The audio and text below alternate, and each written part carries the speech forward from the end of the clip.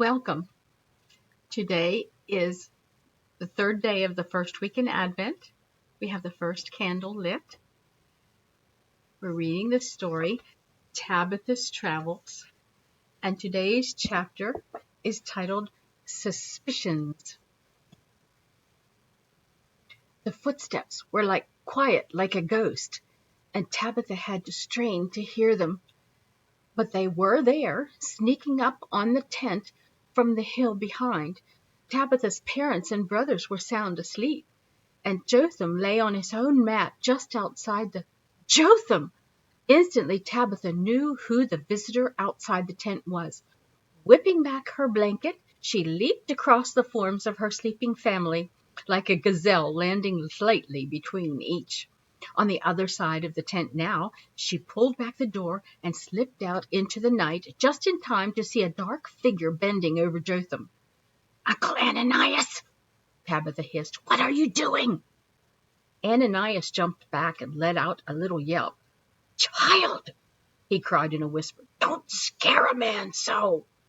You'll stop my heart and send me to Jehovah's side." "What are you doing to him?" she hissed again, pointing to the sleeping Jotham who lay between them.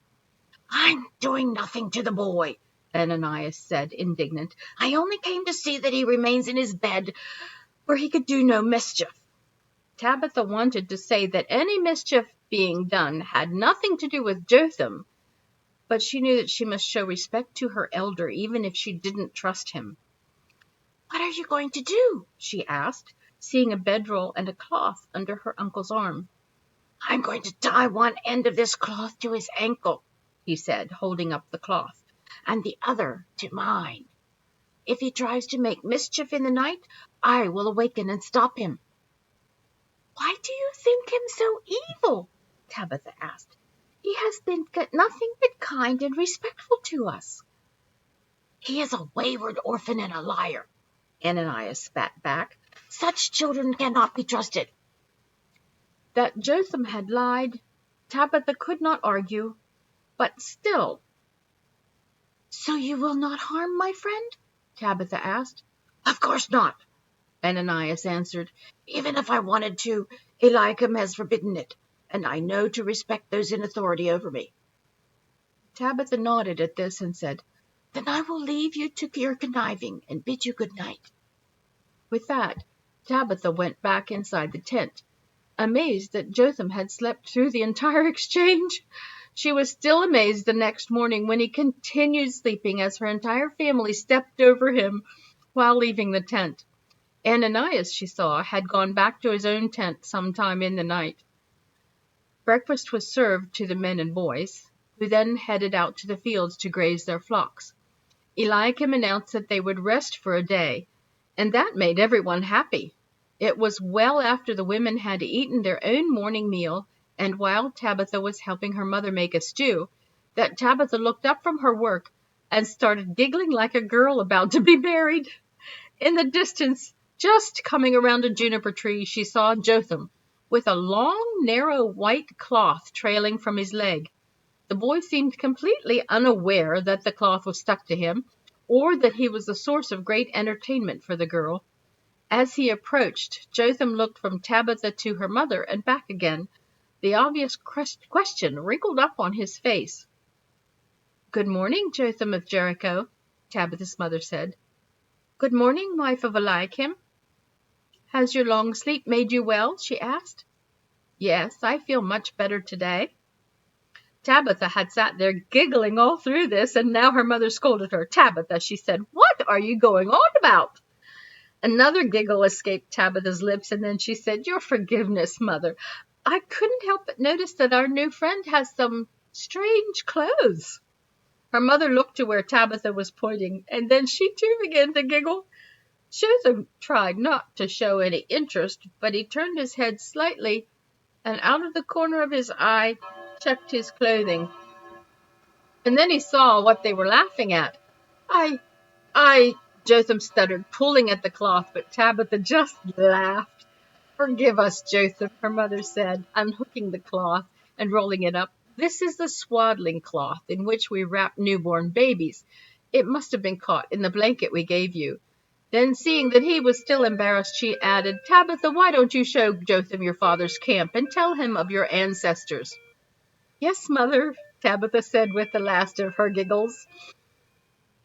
In between viewing tents and talk of family, Tabitha and Jotham spoke of many other things. Tabitha told him of the places they had traveled. "We even visited Jericho once," she said. Jotham beamed at this, proud that she had been to the place of his birth.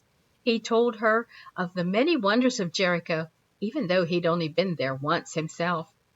"Are you the oldest of your brothers?" Tabitha asked at one point. Yes," Jotham stuttered. "I am the firstborn of my father." "You must be very proud," she said, though in her heart she suspected that he was just boasting again. That afternoon Eliakim called to Jotham to come and speak with him. While he was gone, Tabitha was sent to fetch water from a stream. Jotham joined her there for a short while later, stomping down the hill toward the stream, his face red and twisted in anger. "Jotham, what is it?" Tabitha asked. "What has made you so angry?" "Your father will not let me search for my family in the direction I know them to be." Tabitha thought about this for a long moment. "My father is a very wise man," she said, "and a great one. Once he even saved the life of a Roman in the desert and received a great reward. He must do what is best for you." "I know this in my head," Jotham answered, "but my heart is saying I must go to the east toward the sea where nothing lives. I know I will find my family there." "You want to go to the Sea of Death?" "No, but I want to find my family. If that is where I must—" Jotham was interrupted by a man yelling an alarm from across the valley. "Caravan!" he cried. "Caravan approaching!" Jotham jumped up and ran off toward the line of camels, and Tabitha wondered if she was about to lose her new friend. Tabitha sees right through Jotham and knows he's lying about his heroism. Jotham is telling those lies so that Eliakim's clan will be impressed. Most of us, at one time or another, do the same thing. For some reason, we feel like it's not enough that God loves us just the way we are. We decide it's more important for people to like us. So we say and do things to make them think we're great. But the truth is, we don't need people to think we're great, because we are all equally important to God. It doesn't matter if you're better at football than someone else, or if you get better grades, or have more power. In God's eyes, we are all just as good and just as valuable. If anyone thinks he is something when he is nothing, he deceives himself. That's in Galatians. But Jesus doesn't deceive us. He came to earth to say to each of us, God loves you. What better Christmas present could there be?